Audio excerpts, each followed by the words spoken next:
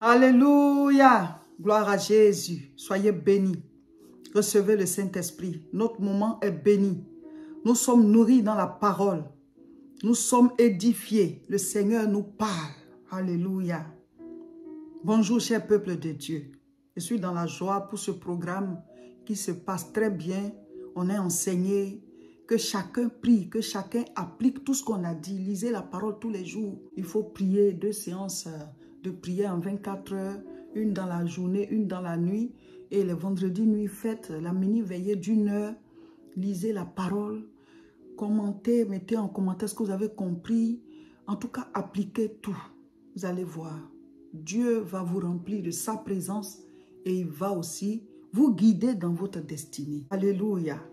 Notre moment est puissant. On sent la présence de Dieu. On sent Dieu nous remplir. On sent Dieu nous renouveler. On sent Dieu faire croître sa présence en nous. L'année de la croissance. La présence de Dieu doit croître en toi. La présence de Dieu doit croître en toi. L'onction doit croître dans ta vie. L'onction, ce n'est pas seulement pour les pasteurs. L'onction, c'est pour tous les chrétiens. L'onction, c'est pour tous les chrétiens. Il dit, voici les miracles qui accompagneront ceux qui auront cru. Donc, la puissance qui nous accompagne pour que nous puissions faire les miracles, ce n'est pas juste pour les pasteurs. C'est pour tous ceux qui ont cru. Que l'onction grandisse dans vos vies. Que l'onction croisse dans vos vies. L'année de la croissance. Que le Saint-Esprit accompagne chacun dans tout ce que vous faites. Que le Seigneur se révèle à vous, qu'il vous guide, qu'il vous remplisse de sa gloire, de sa présence. Que Dieu se révèle à travers les enseignements que vous recevez dans ce moment de jeûne, qu'il vous donne plus de consécration, c'est-à-dire plus de temps dans la prière, à le chercher, à se mettre à part, loin du péché, afin que son règne s'accomplisse, son règne s'établisse dans nos vies et que sa volonté s'accomplisse dans nos vies et dans nos familles et dans nos nations au nom de Jésus. Aujourd'hui, mardi 16 janvier 2024, nous sommes au 9e jour de notre programme de jeûne et prière. Félicitations à tout le monde, bravo, bravo, bravo. On a commencé la 2e semaine et on est au 2e jour. Aujourd'hui, nous lisons Luc chapitre 9. Et le sujet de prière d'aujourd'hui est « Au nom de Jésus-Christ, je deviens la personne de ma destinée. » Devenir la personne de sa destinée. Dans l'enseignement d'hier, on a parlé de Pierre. Jésus est venu prêcher au bord de l'eau et il y avait des barques. Et il est monté dans la barque de Pierre. Il a dit à Pierre, éloigne-toi un peu de terre. Et il a prêché la parole. Quand il a fini de prêcher, il a dit à Pierre qu'ils aillent en pleine eau et qu'ils jettent les filets. Ils l'ont fait, lui et ses 2 collègues, Jacques et Jean, qui sont les fils de Zébédée, qui sont aussi des pêcheurs, ils étaient associés. Donc, après, avant de jeter les filets, Jésus lui a dit de jeter les filets, mais avant de jeter les filets, Pierre, il a dit, on a pêché toute la nuit. Nous, on est des pêcheurs, on connaît. On sait que c'est la nuit, on pêche. Mais, sur ta parole, on va jeter. Ils ont jeté, ils ont fait une grande pêche. Ils ont fait une grande pêche, une pêche miraculeuse. On dit que leurs filets même se rompaient. Quand Pierre a vu ça, il s'est mis devant le Seigneur. Il dit, retire-toi de moi, je suis un pécheur. C'est-à-dire qu'il parle du péché. Il est impur. Et Jésus lui a accordé la miséricorde. Et Jésus lui a dit, suis-moi, je te ferai pêcheur d'hommes. Pour l'instant, tu pêches les poissons. Donc, tu pêches les poissons, mais moi, je vais te transformer en pêcheur d'hommes. Donc, de pêcheur de poissons jusqu'à devenir pêcheur d'hommes, au milieu là, il y a un travail qui doit être fait. Dès l'instant où Pierre a dit que retire-toi de moi, je suis un homme pécheur, il reconnaissait qu'il était pécheur. Et comme Jésus est venu pour pardonner nos péchés, Jésus a pardonné ses péchés. Donc Pierre est né de nouveau. Il est maintenant chrétien. Il a commencé à marcher après le Seigneur. Mais l'objectif du Seigneur, c'est de faire de Pierre un pêcheur d'hommes. C'est-à-dire un prédicateur, quelqu'un qui sauve les âmes, qui ramène à Dieu ceux qui sont perdus. Donc chaque fois, il va jeter le filet. Cette fois-ci, ce n'est pas dans l'eau, mais jeter le filet, voilà, dans la vie, prêcher. Et puis, les gens vont accepter Jésus comme les poissons rentraient dans son filet. Donc, entre le Pierre, pêcheur, et le Pierre qui va pêcher les hommes, entre les deux, il y a un travail qui devait être fait. Jésus devait l'enseigner. Lisons encore le passage. Luc chapitre 5, verset 3. Il monta dans l'une de ses barques qui était à Simon et il le pria de s'éloigner un peu de terre. Puis il s'assit et de la barque, il enseignait la foule. Voilà. Voilà, donc plus tard, ici au verset 8, après qu'ils aient pêché tout et tout, on dit quand Pierre a vu cela, quand il vit cela, Simon-Pierre tomba aux genoux de Jésus et dit, « Seigneur, retire-toi de moi, parce que je suis un homme pécheur. » Il a vu que le miracle, là, ça là, les poissons, lui, il a pêché toute la nuit. C'est que de tels poissons ne peuvent pas être dans cette eau-là. C'est que ça, c'est un miracle. Donc, il a commencé à avoir peur. Et ses deux collègues aussi ont commencé à avoir peur. On dit qu'ils étaient saisis de frayeur. Mais Jésus leur a dit, au verset 10, à la fin du verset 10, on dit, Jésus dit à Simon, ne crains point, désormais, tu seras pêcheur d'hommes. Donc, le processus pour que Pierre puisse prendre la stature, la carrure, les aspects, ressembler à un pêcheur d'hommes, ce processus-là, c'est ça la croissance en stature. C'est ça la croissance en stature. Au début, il avait tout ce qu'il faut pour pêcher les poissons. Mais Jésus va le transformer pour qu'il soit un pêcheur d'hommes. Dieu a une destinée pour chacun de nous. Moïse était appelé à sortir son peuple de l'Égypte pour les envoyer à Canaan. Mais au départ, Moïse n'avait pas la stature. Il ne ressemblait pas à cette mission. Il ne ressemblait pas à sa destinée. Un jour, il s'est levé, il voulait les délivrer de lui-même. Il est allé tuer un Égyptien. Alors que Dieu ne disait pas que lui, Moïse, devait les tuer. Donc, il a dû aller en exil. Pendant son temps d'exil, il a été formé. Il a appris à diriger les moutons. Parce qu'il devait diriger un peuple. Mais il faut commencer par les moutons. Au fur et à mesure qu'il dirigeait les moutons, Moïse croissait en stature. Avant que Dieu ne te confie une mission plus grande, Dieu va d'abord te confier de petites missions. Et il va te former avec ces petites missions-là. Pour que tu puisses au fur et à mesure ressembler à la grande mission. Mais si déjà les petites missions qu'on te confie, tu ne les prends pas au sérieux, tu ne les fais pas bien, de petites responsabilités qu'on te donne, tu n'arrives même pas à bien faire ça, à bien faire le travail. Comment est-ce qu'on peut te confier de grandes missions?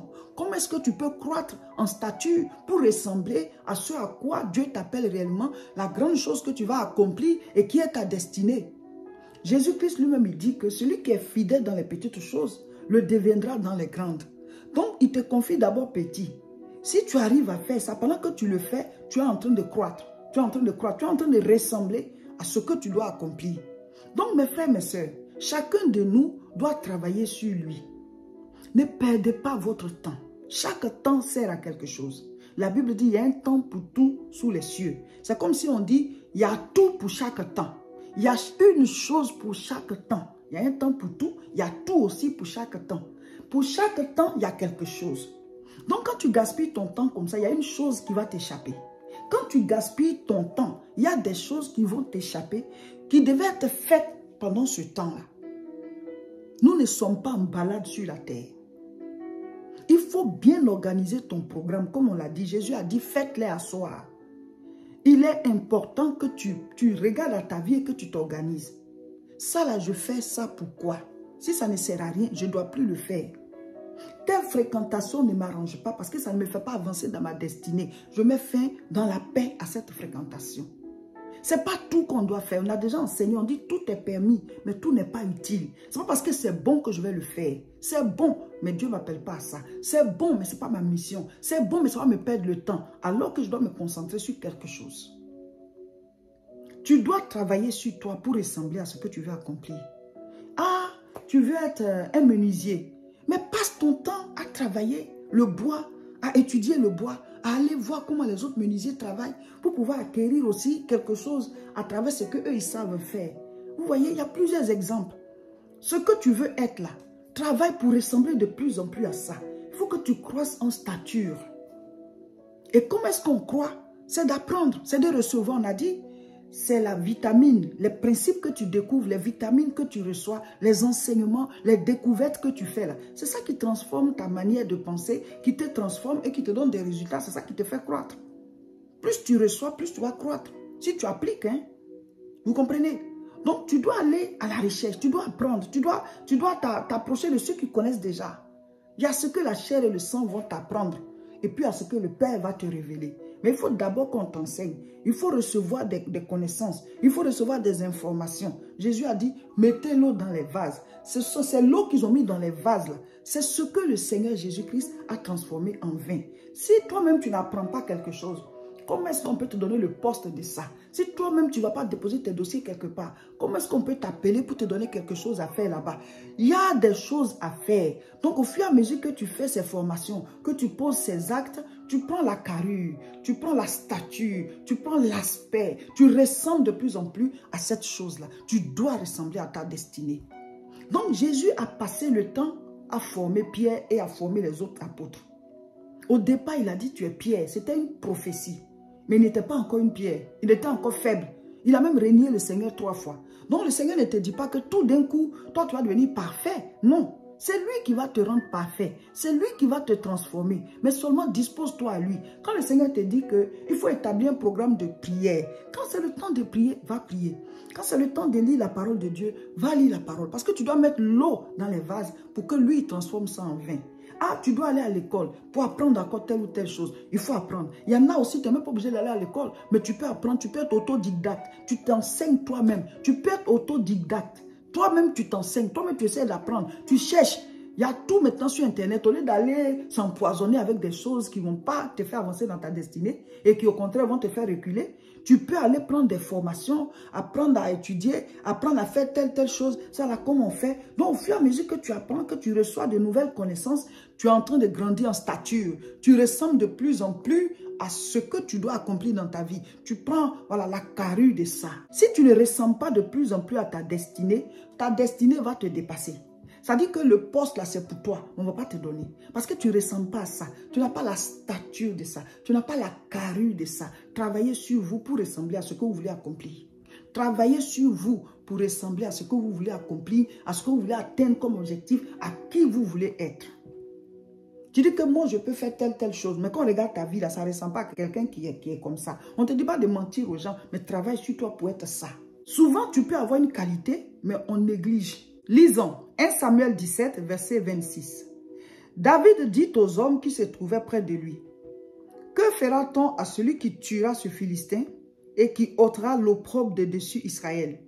Qui est donc ce Philistin, cet incirconcis, pour insulter l'armée de Dieu, l'armée du Dieu vivant? » Alors, l'histoire est longue, je vous explique. David, lui, il pouvait tuer Goliath. Mais quand on regardait son aspect, là, il ne ressemblait pas à ça. Il peut aussi avoir des cas où tu peux le faire. Mais les gens qui sont autour, ils vont te regarder à ton aspect, ils vont te dire que non, ce n'est pas toi. Qu'est-ce que Dieu va faire? Dieu va créer une circonstance pour te mettre à la place. Dieu va créer une circonstance pour montrer aux gens de quoi tu es capable. Normalement, c'est David qui devait être roi. Mais il partait jouer à la harpe devant le roi, Saül. Mais le poste là, c'était pour lui. Mais chaque fois que Saül voulait tuer David et que David avait l'occasion de tuer Saül, il ne le tuait pas. Il dit, je ne vais pas le tuer. Si Dieu dit que je serai roi, je serai roi. Et plus tard, Saül est mort de sa propre mort. Ce n'est pas David qui l'a tué. Souvent, tu dis, ah, c'est moi qui devais occuper ce poste et tu fais des coups bas, tu fais des choses aux gens pour qu'ils quittent. Ce n'est pas comme ça. Nos âmes de combat ne sont pas charnelles. Nos âmes de combat ne sont pas charnelles. Elles sont puissantes par la vertu de Dieu pour renverser des forteresses. Si Dieu dit que je vais te donner ce poste, tu n'as pas besoin de faire des coups bas, des trucs pour empêcher la personne qui est déjà là. Quand le temps de Dieu va arriver, il va créer une circonstance et il va te positionner. Et il ne va pas faire du mal aussi à la personne. C'est comme ça. Donc, David, il avait la carrure. Mais les gens ne voyaient pas. Il pouvait tuer Goliath, mais les gens ne voyaient pas. Il y a aussi ces cas-là où tu t'es formé, tu es prêt. Mais ce n'est pas visible à l'œil nu. Les gens, ils ne constatent pas. Dieu, en ce moment, va créer une circonstance. Il va faire une brèche pour pouvoir montrer aux gens de quoi tu es capable. C'est comme une dame qui rendait son témoignage. Elle pouvait assurer un tel poste, mais on ne la mettait pas là-bas depuis.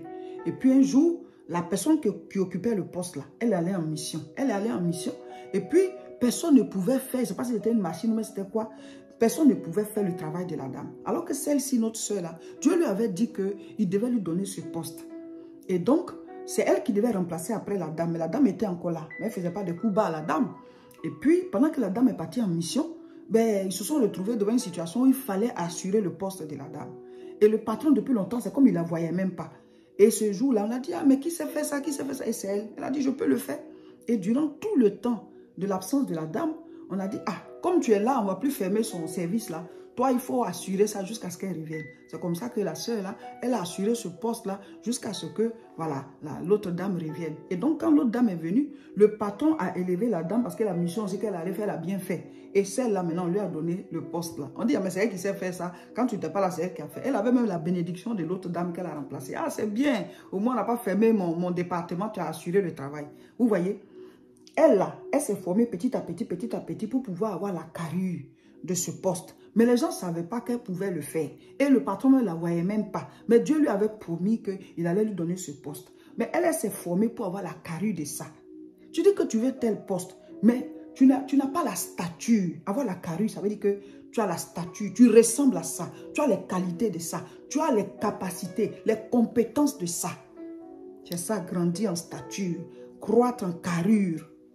Ressembler à la chose, ressembler à ce poste, ressembler à cette destinée-là.